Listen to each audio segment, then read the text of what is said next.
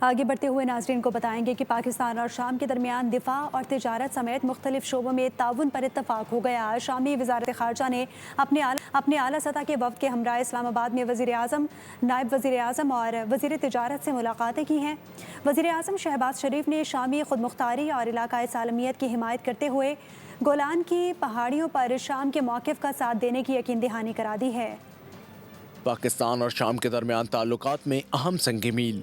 19 سال بعد شامی وزیر خارجہ اسلام آباد پہنچ گئے۔ وزیر اعظم شہباز شریف سے اسد حسن الشیبانی کی ملاقات میں دو طرفہ تعلقات مضبوط بنانے پر غور کیا گیا۔ وزیر اعظم نے شام کے اتحاد، خود مختاری اور علاقائی سالمیت کے لیے حمایت کا اعادہ کرتے ہوئے یقین دہانی کرائی کہ پاکستان گولان کی پہاڑیوں کے معاملے پر شام کے موقف کے ساتھ کھڑا رہے گا۔ اس سے قبل دفتر خارجہ میں دونوں ممالک کے وزرائے خارجہ کی قیادت میں وفود کی سطح پر مذاکرات ہوئے، جس میں باہمی تعلقات کو مختلف شعبوں میں عملی تعاون میں تبدیل کرنے پر اتفاق کیا گیا۔ شامی وزیر خارجہ نے مکہ دفاعی معاہدے کا خیر مقدم کیا اور علاقائی امن و استحکام کے فروغ میں پاکستان کے تعمیری کردار کو سراہا۔ شامی وزیر خارجہ نے اعلیٰ سطح وفد کے ہمراہ وزارت تجارت کا بھی دورہ کیا، جہاں وزیر تجارت جام کمال سے ملاقات کے دوران دونوں ممالک میں تجارت و سرمایہ کاری کے امکانات پر تبادلہ خیال کیا گیا۔